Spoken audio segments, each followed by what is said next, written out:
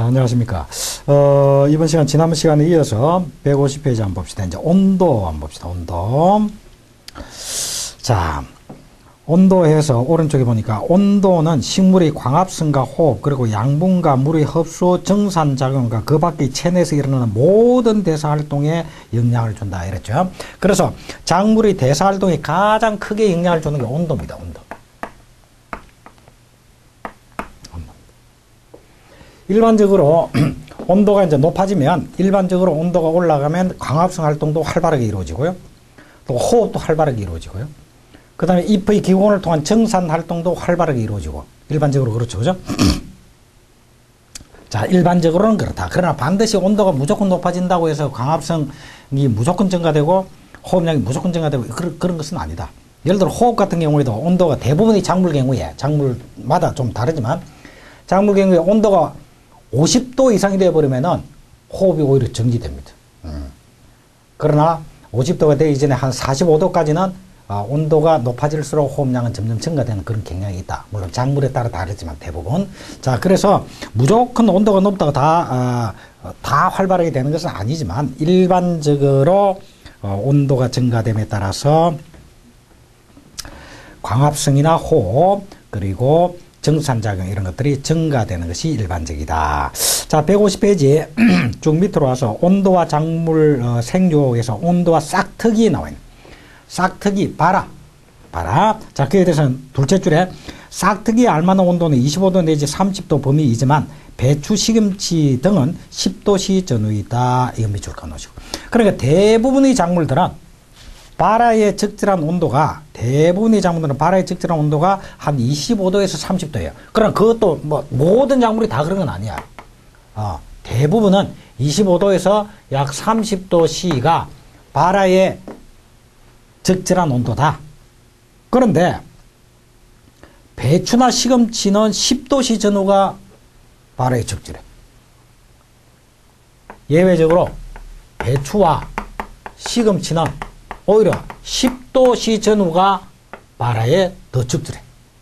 그래서 이런 경우, 특이한 경우, 이런 경우가 이제 가끔 시험에 나올 수 있죠. 특이하지 않은 것을 우리 일반적으로 대부분 그렇다라고 해버리면, 각 작물들을 생각할 때 별 생각 없이, 25도에서 30도 정도가 바라의 적절한 온도구나, 이렇게 판단하면 돼.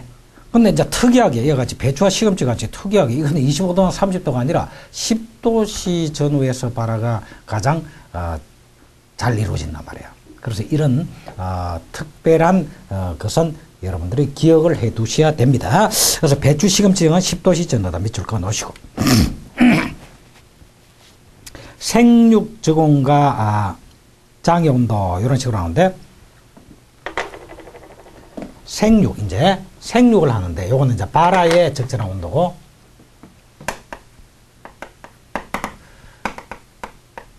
생장하고 발육하는, 생육의 적절한 온도라고 할 때, 일반적으로 생육의 최저 온도 수준이 있을 것이고,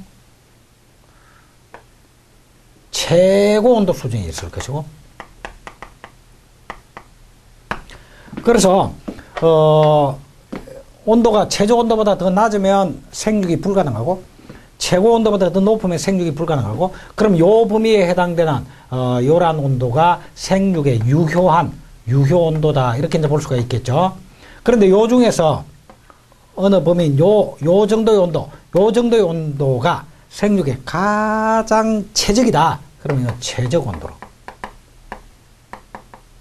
이렇게 이야기를 합니다. 자, 그런데 대부분 작물의 생육 적온이란 말이에요. 최적 온도는 20 내지 35도다. 이렇게 됩니다.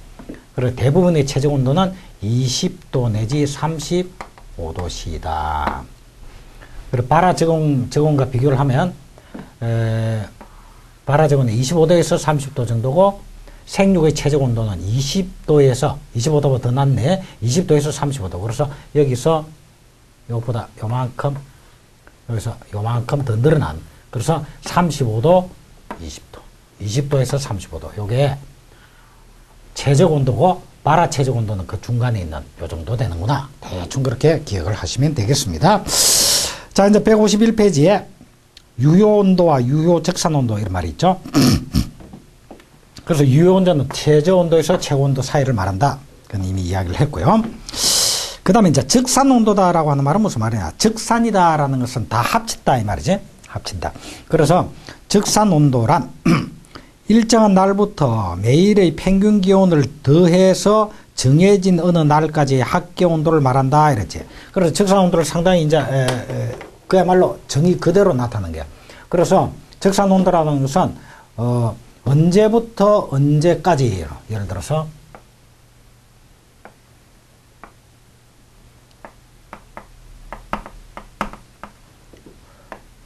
언제부터 언제까지 언제까지의 매일의 일정한 온도를 더한 것. 자, 그래서 일정한 온도를 더한다라고 하는데, 언제부터 언제까지, 예를 들어서 0도씨, 매일의 평균 온도가 0도씨 이상인 경우만, 0도씨 이상인 온도를 다 더한 것. 또는, 5도씨 이상인 것을 10도씨 이상을 또는 5도씨 이상인 온도를 매일 평균 온도가 0도씨 미치면은 빼버리고 0도씨 이상인 온도를 다 더했다든지 5도씨 이상인 온도를 다 더했다든지 이렇게 더한 온도를 적산 온도라고 그래요. 매일의 평균 기온을 더한 겁니다.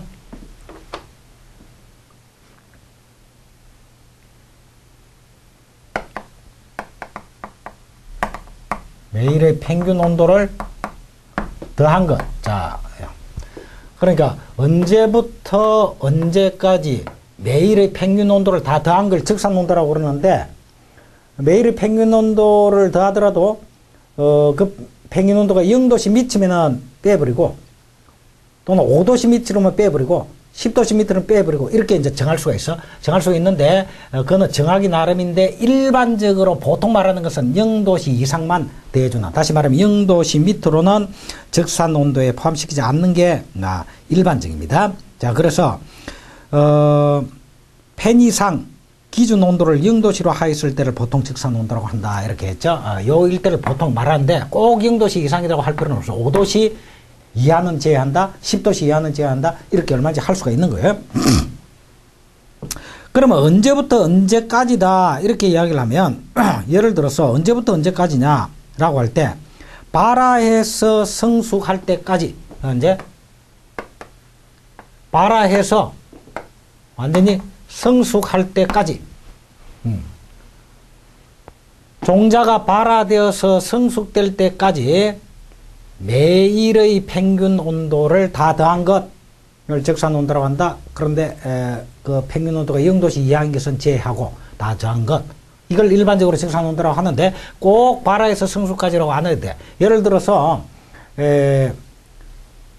개화하고 나서부터, 꽃이 피고 나서부터 완전히 성숙되어서 수확할 때까지 이렇게 한 적산 온도 이런 것도 있을 수가 있지. 그래서 꽃 피고 나서 적산 온도가 어느 정도 됐을 때 이제 수확할 때가 되었다 이렇게 판단할 수도 있고, 그래서 이건 언제부터 언제까지 일하는데 일반적으로는 발화에서부터 성숙할 때까지 이거 일반적으로 하는 겁니다.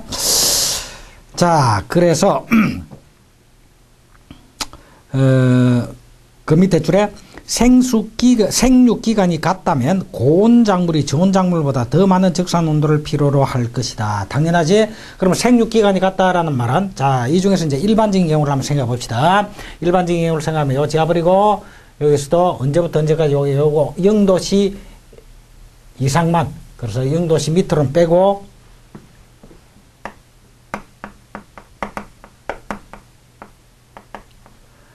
영도씨 이하는 제하고 발화해서부터 성숙할 때까지의 매일의 평균 온도를 다 더한 것, 이게 이제 적산 온도다.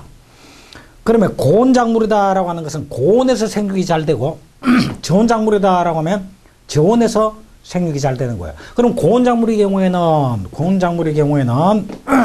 생육기간이 동일하다 하더라도, 생육기간이 동일하다라고 하더라도 더 높은 적산 온도를 요구하겠죠. 적산 온도 요구 적산 온도가 훨씬 더 크겠죠. 왜냐하면 매일의 평균 온도가 높아야 되니까. 그럼 저온은 작아도 될 것이다. 그래서 고온 작물이 저온 작물보다 더 많은 적산 온도를 필요로 할 것이고 일정한 적산 온도가 충족되어야 꽃이 피는 등 생식 기능이 가능할 것이다. 그래서 이때는 꽃이 핀다라고 할 때의 적산 온도다라고 따질 때는 발화해서부터 개화될 때까지 꽃이 피는 개화될 때까지 적산 온도 이렇게 하면은 되겠죠, 그죠? 자, 그 다음에 152페이지에 맨 위에 보니까 적산 온도는 작물 또는 품종이 어떤 지방에서 재배가 가능한지를 결정하는 데 매우 유용하다. 그렇죠, 그죠? 그러니까 예를 들어 고온 작물의 경우에는 더 많은 적산 온도를 요구한단 말이에요. 그러니까 일평균 온도가 높은 그런 지역에서 재배가 가능하겠구나, 이런 걸 알 수가 있는 거지.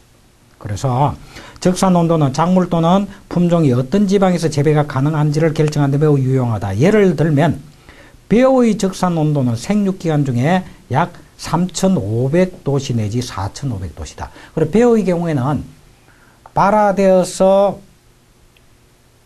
성숙될 때까지 일평균 온도를 다 합친 것이 0도씨 밑으로 빼고 평균을 다 합친 것이 약 3,500도씨 내지 4,500도씨가 되게 돼. 그 정도 될 수 있는 지역에서 벼의 재배가 가능하겠구나, 이렇게 볼 수가 있는 거죠. 자, 그 다음에 온도와 강압성 및 호흡 한번 봅시다. 광합성 작용은 온도가 높을수록 활발해진다 이랬지, 그지? 그래서 일반적으로 온도가 높을수록 활발해지고 30도씨 부근에서 일반적으로 광합성이 최고가 된다. 30도씨 부근에서 최고가 되고 그 이상의 온도가 되면은 오히려 광합성량이 줄어든다. 이게 일반적이다. 그래서 일반적으로 광합성량은 온도가 높아짐에 따라서 광합성량이 증가되지만 30도씨를 넘어가면 오히려 감소하게 된다. 그 다음에 호흡작용도 온도의 상승과 함께 급속히 증가하여 32도에서 35도 부근에서 최고가 되고 그러나 50도씨 정도에는 호흡이 아예 정지된다. 그 이상의 온도에서는 감소한다. 그래서 호흡은 32도 내지 35도씨에서 호흡이 최소가 되는구나. 강압성은 30도씨에서 최대가 되는구나. 물론 작물에 따라 다르지만 일반적으로 그렇습니다. 그 정도는 밑줄 그어 놓으시고요. 그 다음에 온도와 꽃눈의 부화, 꽃눈의 분화. 그래서 꽃눈이 화가 행성되는 걸 말합니다. 자, 둘째 줄에 개울나기 식물들은 저온기가 있어야 꽃눈이 생기고 꽃이 핀다. 개울나기 식물은 개울을 나야 꽃이 피는 거야. 그러니까 개울이다 하면 춥단 말이죠. 그래서 저온기가 있어야 꽃이 피는 거예요. 이게 개울나기 식물이야. 저온기가 있어야 꽃이 피고 고온을 필요로 하는 식물은 일정 기간의 고온기가 있어야 꽃이 핀다. 그래서 개울나기 식물들은 저온기가 있어야 꽃이 피고 고온을 필요로 하는 식물은 일정한 고온기를 거쳐야 꽃이 핀다. 이런 이야기입니다. 꽃이 핀다. 그래서 겨울은 저온기 역할을 하고 여름은 고온기 역할을 한다. 이러한 특이 현상을 나타내는 것이 버놀리제이션 또는 춘화처리라고 한다. 버놀리제이션, 이게 영어고 춘화처리. 춘화처리라고 하는 것은 일반적으로 춘화처리는 저온처리를 말합니다. 그래서 저온인 겨울을 거쳐야만이 꽃이 핀다.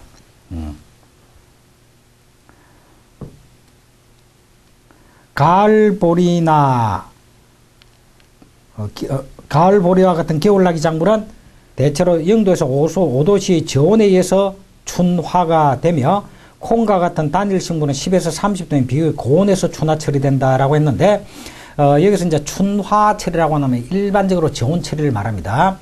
그런데 뭐 항상 저온 처리만을 말하는 것은 아니고 일반적으로 저온 처리를 말하는데 겨울나기의 경우에는 겨울이라고 하는 계절에 해당된 저온기를 거쳐야 꽃이 피는 거예요. 그래서 0도 내지 5도씨 저온이 필요한 것이고, 그 다음에 콩의 경우에는 10도 내지 30도 정도의 비교적 고온기를 거치고 나서 꽃이 핀다. 이렇게 보시면 돼요. 자, 그 다음에 지온. 자, 지온에 대해서 특별히 여러분들이 조금 정리할 거는, 자, 중간쯤에 내려와서 잔디밭의 지온은 나오죠? 이거 밑줄. 자, 밑줄. 잔디밭의 지온은 잔디가 없는 나지보다 1 내지 2도씩 낮다. 그래서 잔디밭의 지온은 잔디가 없는 나지보다 낮습니다. 그 다음에 겨울철에 오랫동안 눈에 덮여 있을 경우에는 기온이 영하 10도씨 이하인 때여도 눈 밑의 지온은 영하 1도밖에 안 돼. 이 눈에 의해서 오히려 보온의 효과가 있는 거예요. 그래서 겨울철에 오랫동안 눈에 덮여 있을 경우에 기온이 영하 마이너스 10도인 때에도 눈 밑의 지온은 영하 1도 내지 2도로 유지된다. 그래서 눈에 의해서 오히려 보온의 효과를 기대할 수도 있다. 그 다음에 수분 함량이 적은 토양은 수분 함량이 많은 토양보다 온도의 변화가 더 심하다. 수분 함량이 많으면은 이 수분에 의해서 온도의 변화를 어느 정도 완충시켜 줍니다. 그래서 수분 함량이 많은 토양의 경우에 온도의 변화가 수분 함량이 적은 토양보다는 심하지 않습니다. 자, 그래서 이것 밑줄. 자, 그러면 잔디밭의 지온은, 자, 밑줄 끌 거. 잔디밭의 지온은 낮보다 낮다, 높다? 낮다. 그 다음에 겨울철에 눈에 덮여 있으면 눈 밑에 덮여 있는 지온은 기온보다 낮다. 그 다음에 수분 함량이 적은 토양은 수분 함량이 많은 토양보다 온도 변화가 더 심하다. 여기까지 밑줄 됐죠? 자, 그 다음에 수온. 물은 비열이 큰 물질이기 때문에 온도의 변화가 기온보다도 더 적다. 그래서 기온의 변화가 예를 들어서 일교차가 한 10도씩 일교차를 보이고 있다. 기온은. 그러나 수온은 그렇게 차이가 많이 나오지 않는다. 이런 이야기입니다. 그래서 수온의 변화는 그렇게 많이 나타나지가 않는다.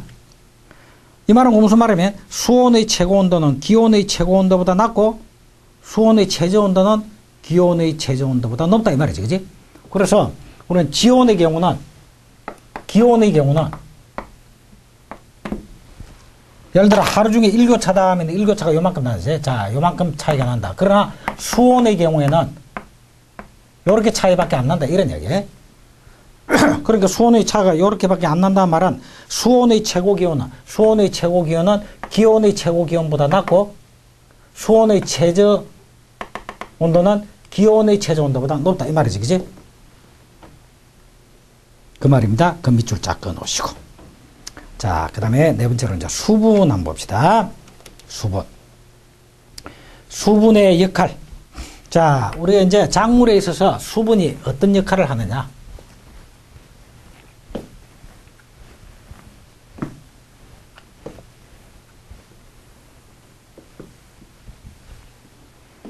작물에 있어서 수분이 어떤 역할을 하느냐. 기억, 니은, 디귿, 리을, 미음, 비읍까지 있죠. 자, 요걸 잘 기억하시기 바랍니다. 이게 시험은 잘 나오니까. 첫째, 수분은 원행질의 생활 상태를 안정적으로 유지시켜준다. 원행질이다라고 하면은 세포막 안에 우리 일반적으로 식물에 세포가 있으면 세포막이 있고요. 세포막 안에 여기 이제 핵심이 세포핵입니다. 이게 핵이 있고 그 주위에 세포의 질이 있는데, 세포질이 있는데, 이 세포막을 제외한 핵과 세포질을 합쳐서 일반적으로 원행질이다. 이렇게 이야기를 합니다. 그러면 이 원행질은 수분이 있어야만이 원행질이 안정적인 상태를 유지하는 거예요. 수분이 없으면은 원행질이 아주 안정적이지 못한 불안한 그런 상태에 놓이게 되는 것이다. 그래서 원행질의 생활 상태를 안정적으로 유지시켜주는 것은 바로 수분이 하는 것이다.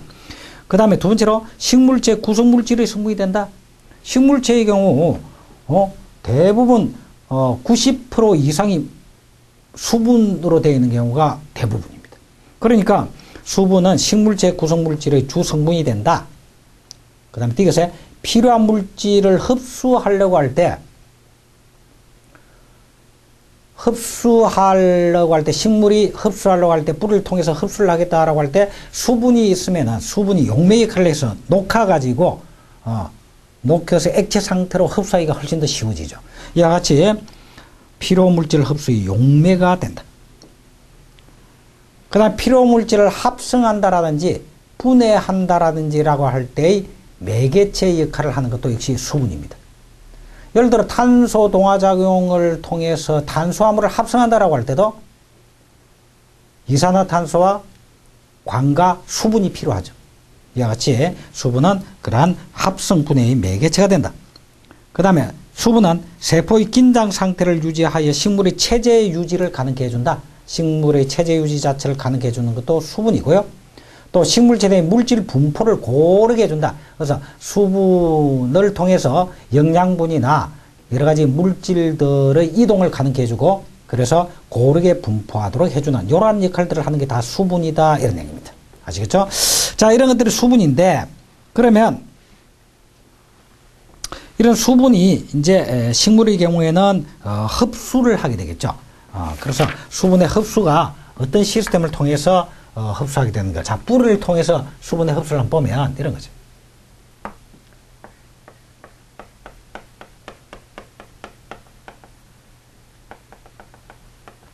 이게 뭐라고? 그러면 좀 잘못 그렸지만 이게 뭐라고? 이게 뿌리. 그 다음에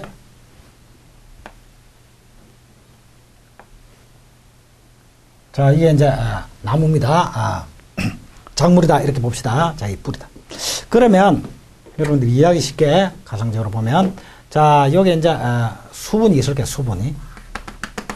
수분이 그냥 수분만 있는 것이 아니고 토양 속에 토양의 공급 속에 포함되어 있고 이렇게 되겠죠. 그런데 어쨌든 여기 이제 수분이다. 그러면 또 토양도 같이 있지만 토양이 있을 거다. 토양. 자, 이 수분을 뿌리는 수분을 이제 흡수하려고 합니다. 토양은 수분을 또 토양 속에 수분을 잡아 놓으려고 합니다. 그지? 잡아 놓으려고 합니다. 그러면 결국 이 작물의 수분이 흡수된 양은 여기에서 요거 뺀 거다. 이렇게 이제 볼 수 있겠죠? 자, 그래서 뿌리가 수분을 이제 흡수하는 힘, 이런 것들은 어떻게 파악을 할 수가 있겠나 하면은, 뿌리 세포의 삼투압,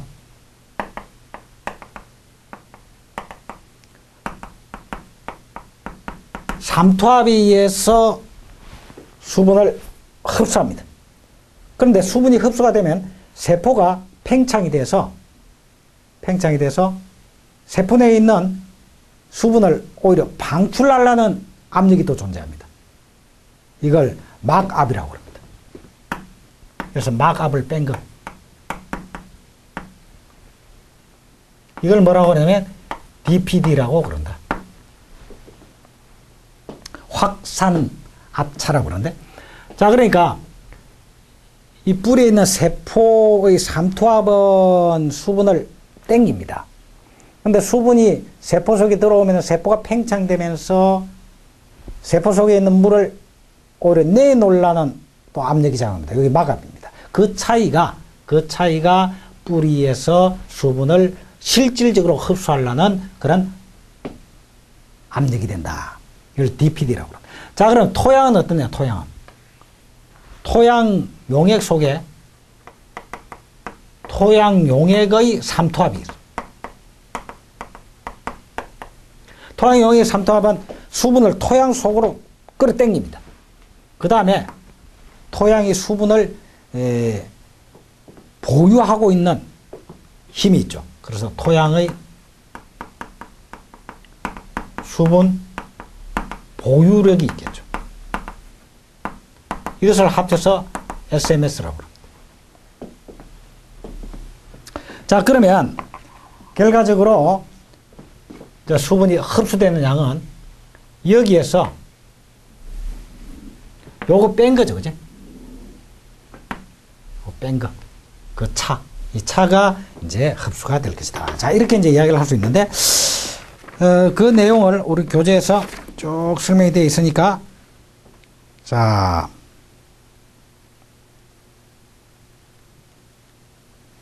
(153페이지) 밑에 쭉 설명이 되어 있습니다. 쭉 설명이 되어 있는데,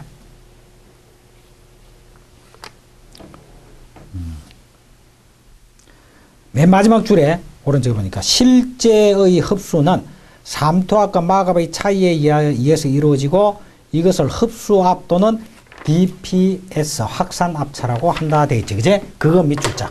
그래서 그 위에 말은 한번 읽어보시고, 자, 여기서 세포의 삼투압에서 마갑을 뺀 것, 요걸 DPD라고 하는데, 요걸 흡수압 또는 확산압차라고 하는데, 이것이 이제 실제로 흡수할 수 있는 힘을 말한다. 이런 얘기입니다. 그 밑줄 긋고.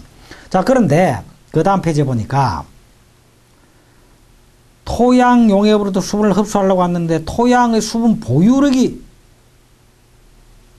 뿌리에서 흡수하는 걸 방해한단 말이에요. 토양이 왜 수분 보유력이 있단 말이에요. 그 다음에 토양 용액 자체의 삼투압이 있습니다. 그래서 이 두 가지는 결국 뿌리가 수분을 흡수하는 데 대한 방해 요소가 된다. 이 두 개를 합친 걸 SMS라고 한다. 자, 그래서 154페이지에 이제 박스가 딱 나와 있죠. 박스 뭐라고 되어 있냐? DPD에서 작물 뿌리가 흡수하는 수분량은, 그래서 흡수하는 수분량은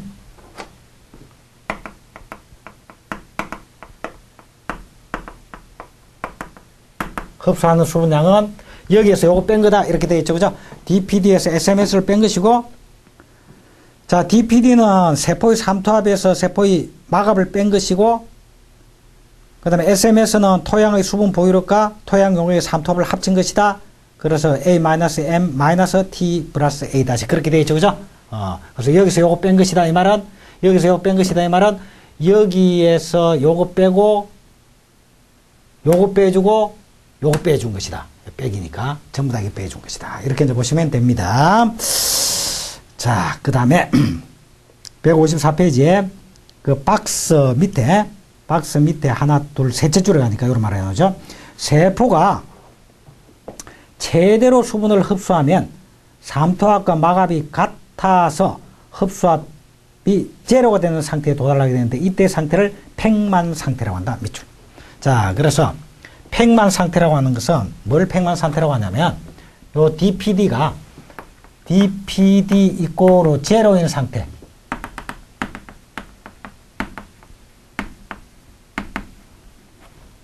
팽만 상태다라고 하는 말은 세포가 수분을 맥시마이즈하게 흡수하고 있는 상태.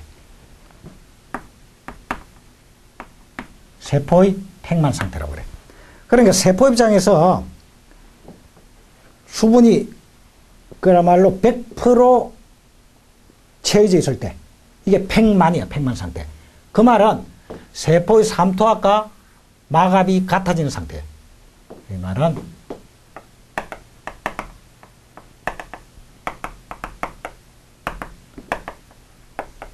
삼투압과 마갑이 같아져서 더 이상 수분을 흡수하지 못하는 이런 상태가 된 것을 우리는 팽만 상태라고 이야기를 합니다. 팽만 상태다. 그 다음에 한편 외액이 세포액보다 농도가 높아져서 세포액의 수분이 외액으로 스며나가면 원행질이 수축되고 세포막에서 분리되게 되는데, 이것을 원행질 분리라고 한다. 이것도 밑줄자. 그래서 자, 이제 세포 안에 있는 세포액과 세포 바깥에 있는 세포막 밖에 있는 외액과 세포액의 농도가, 외액의 농도가 더 짙으면 세포 안에 있는 수분이 이렇게 빨리 들어갑니다. 그래서 이때는 농도가 더 높으면 세포의 수분이 외액으로 빠져나가서 이 원행질이 어떻게 되겠어? 원행질이 수축되고 쭈글쭈글되고, 그리고 원행질이 세포막과 분리된 현상이 나타나는데, 이걸 원행질 분리라고 한다. 이런 이야기입니다. 그 밑줄 그어 놓으시고요. 자, 그 다음에 3번 대기 중의 물과 작물의 생육이 나와 있는데, 자, 대기 중의 물과 작물 생육, 이것은 다음 시간에 보도록 하죠. 자, 이번 시간 여기까지 하겠습니다. 수고하셨습니다.